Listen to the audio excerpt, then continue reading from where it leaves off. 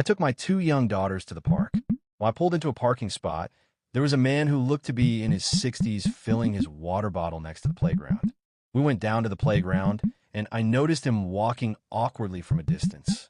At first, I thought he was drunk, but as he came closer, it appeared he was intellectually disabled. He stood at the upper level of the playground staring at us as my kids played with the musical equipment. We were the only ones at the park. It made me a bit uncomfortable at first, but he eventually walked away and began picking up trash and putting in the bin by us. He made a comment about making the park look nice and walked over to me.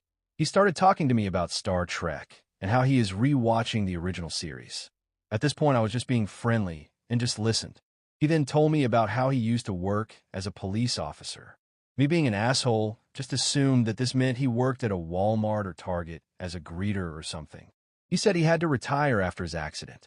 So I asked what happened, and that's when he turned around to show me the scar about 6 inches from his neck down his spine.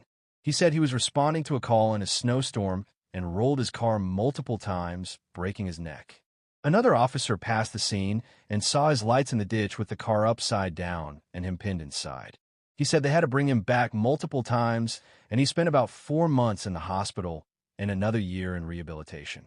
He was paralyzed in part of his body, had to learn how to walk again, regain motor function, speech, etc. I sat on a bench with him for about 45 minutes talking with him about his career, past relationships, current issues, etc. Eventually, another woman showed up with what looked to be her grandson. She kept shooting looks our way, as he was a very loud talker. She eventually walked up to my girls, who was sitting under the playground. Subscribe for part 2.